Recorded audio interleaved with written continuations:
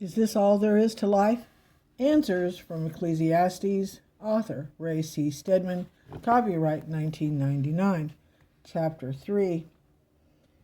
To the man who pleases him, God gives wisdom, knowledge, and happiness. Ecclesiastes 2:26.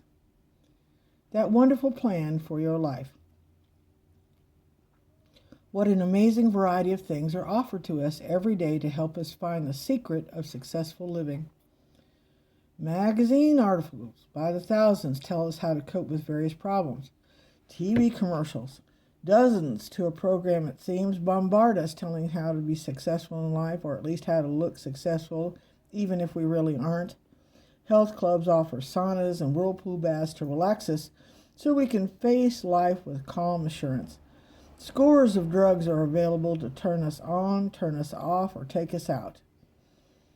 All this confirms the universal search for the secret of enjoyment. We spend billions of dollars each day on this quest. It is the same quest that the book of Ecclesiastes tells us about.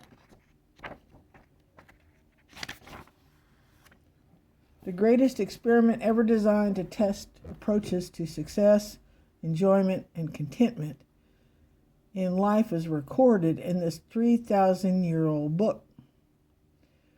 We have now come to the third chapter, which describes opposites in our experience. There is a time to weep and a time to laugh, Solomon tells us in verse 4. Throughout this chapter, the idea is developed that there is an appropriate time for all of life's experiences. Have you ever laughed at the wrong time? I have. I was at a funeral once, and the leader asked all present to stand up on their feet. One of my friends whispered to me, "Well, what else could you stand on?" I broke up, and that was very obviously the wrong time to do so. One of our pastors won a kind of immortality for himself at a theological seminary when, on the day of graduation, that most solemn occasion in educational life, he walked down the aisle dressed in his somber graduation robe, holding a cup of coffee in his hand. He is remembered in the annals of the seminary as the man who did not practice the appropriate action at the appropriate time. But there is an appropriate time for everything, for the unpleasant as well as the pleasant. This is the argument of Ecclesiastes 3. This is not merely a description of what happens in life. It is a description of what God has deliberately planned for us. Many of us are familiar with the 4 spiritual laws, first of which God loves you and has a wonderful plan for your life. When talking with someone about his relationship with God, this is the appropriate place to begin. That is also the plan that is set forth here. All along, Solomon is saying that God longs to bring joy into our lives. Many people think Ecclesiastes is a book of gloom and pessimism because at the level of the writer's perspective, which he says is under the sun, appraised through the visible things of life, his findings are gloomy and pessimistic. But that is not the real message of the book. God intends us to have joy, and his program to bring it about includes all the opposites, both pleasant and painful. If you look carefully, you will see that these 8 opening verses gather around 3 major divisions that correspond to the divisions of our humanity: body, soul, and spirit. The first 4 pairs deals with the body. There is a time for everything and a season for every activity under heaven. A time to be born and a time to die. A time to plant and a time to uproot. A time to kill and a time to heal. A time to tear down and a time to build. 1-3. Notice how truly those apply to physical life. None of us is asked to be born. It is something done to us apart from our will. None of us asked to die. It is something done to us by God. So we should view this list of opposites as a list of what God thinks we should have. It begins by pairing birth and death as the boundaries of life under the sun. The next pair speaks of the food supply, a time to plant and a time to uproot. Everything must come in its appropriate time.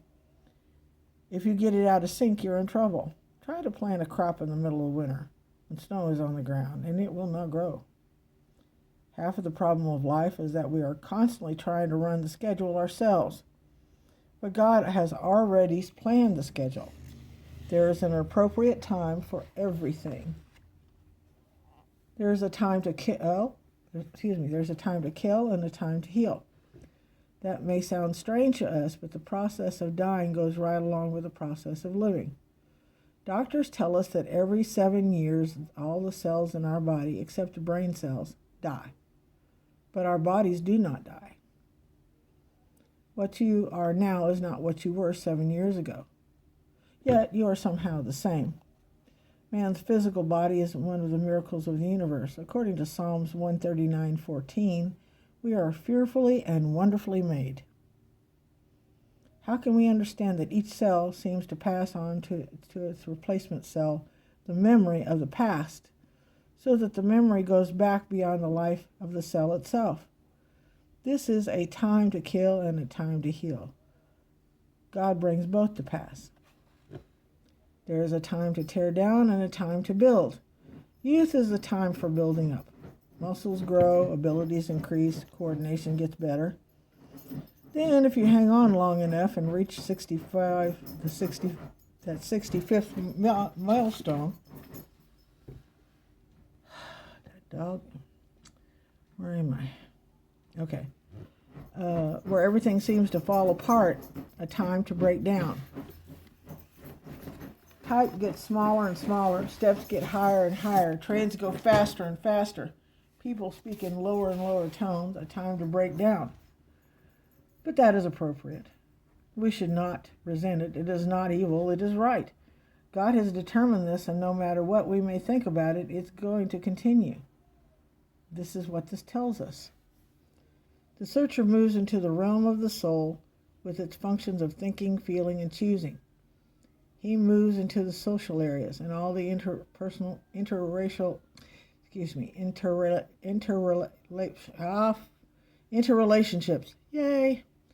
of life that flow from that.